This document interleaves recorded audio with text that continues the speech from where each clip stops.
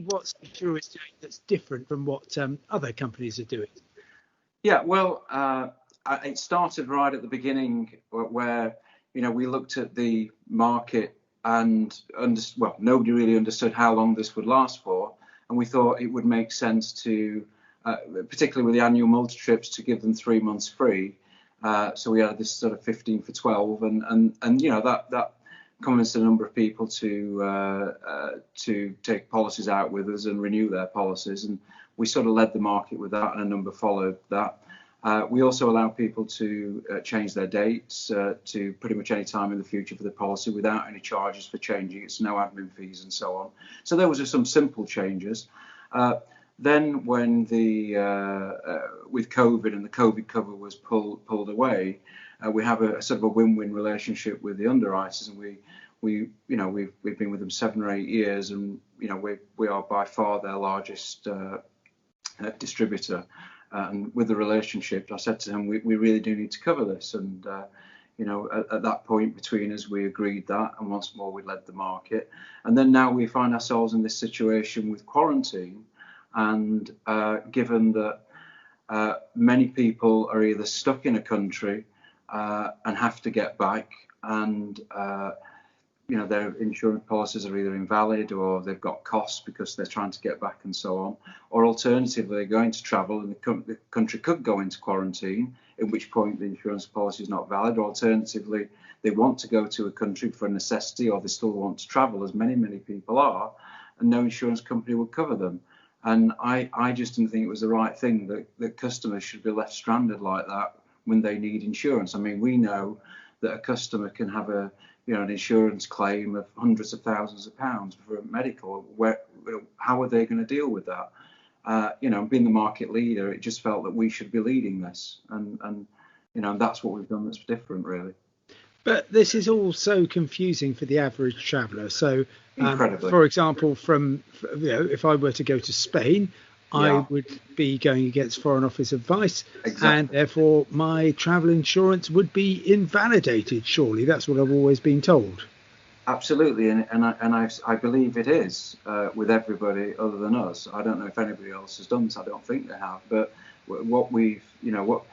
what I basically said to the underwriters was, look, if people are travelling, they're travelling without insurance.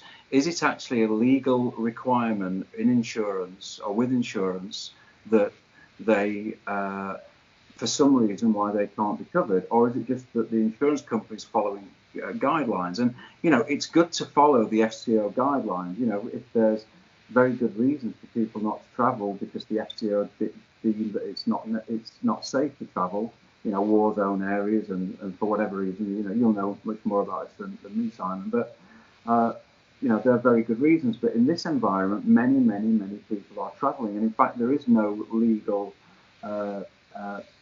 precedent as to why they have to. It's just that insurance companies follow that guidance, and I work with the underwriters to basically work with it to create a policy that would allow people just for FCO advice. And this is actually so basically this is something that's going to help them for COVID. But if, for example, there was a volcanic eruption, it would be exactly the same. It would work in the same way.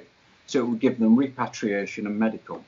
And what it basically means is that the policy has all the normal benefits that you would have, or everything that's normal, until it becomes FCO, and then COVID is not included and so on. But you can still travel for everything other than COVID, i.e. everything other than what the FCO deemed to be the risk. And we've worked with the underwriters to price it and understand it. There are significant risks, because if, for example, you have a repatriation and the doctor has to come back, well, they're going to have to quarantine for a period of time. So, there are extra costs, but we've managed to do this at what we consider to be a very low cost, where we think the average policy is going to probably be £5, £6, £7. It's not a lot of money for people that want to travel.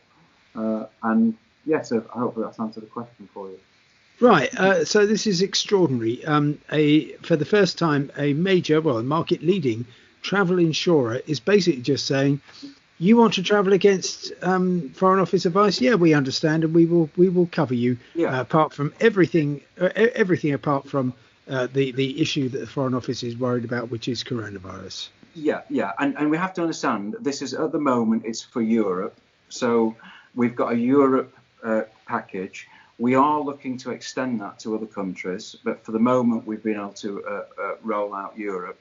I think it's important to note that we're not, it's not that I'm sitting here saying, look, you should all travel. I think there are significant risks for consumers, and you have to think about what your risk is. I'm saying that if you've decided that you want or need to travel, I think that, there should be an insurance company that stands up to be able to stand by you. Okay, I'm worried about the whole travel insurance sector because over the years you've got on with delivering, generally, in my experience, absolutely first class service towards travellers. But now people aren't travelling. I mean, clearly, even if you just say 2020, forget it, that was just too awful for words. Once we start travelling again in numbers, it's not going to come back to anything like it was in 2019, isn't it? And that, for a big growing company like yours, must be a serious concern. Well, I don't think like that, Simon. It's just not the way I operate in business. So, during this period, we've taken significant market share. We're down from where we were, but I think if you think different, when travellers want to travel and they come back, standing up as we are doing, the people that are travelling will remember this. So I believe that when it comes back, it's going to come back significantly. I mean, that with the likes of EasyJet closing various things, there are perhaps going to be some capacity issues, but there's still going to be a lot of people travelling. And as you know, after Brexit, it's highly likely there's going to be no e-hit cards, so that will have gone, and so people will definitely need medical. And I think there's more of an understanding that insurance, this is brought to the forefront, that insurance is more necessary. So whilst travel may go down, I think travel insurance is probably going to go up. That's just my perception. But if that doesn't happen, I'm an optimist, Simon. So if that doesn't happen, we'll just take market share because what we do, we're the best at it. Can I ask a wider general question, Ryan? Yeah. You've been in this business for a while. Yeah. What do you really wish your excellent customers wouldn't do? Not for your sake, but for their sake. What do I wish they wouldn't do? Wow. I suppose I think it's very, very important. And actually, there has to be, with this answer I'm about to give you, there has to be some responsibility on our side as an insurer.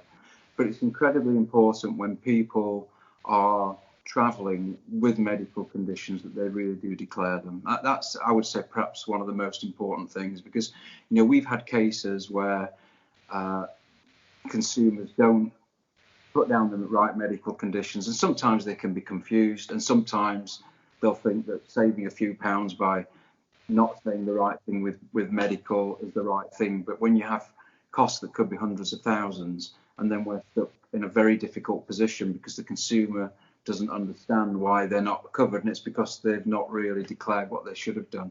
And I think that's the most important thing when you're buying any insurance policy, to make sure that you really do read the terms and conditions. But on our side, that's about making sure that we have really clear wording that people can understand, that's concise, and that in a call centre environment that we're very good at making people understand that, which we do. But I would say that's probably the one thing.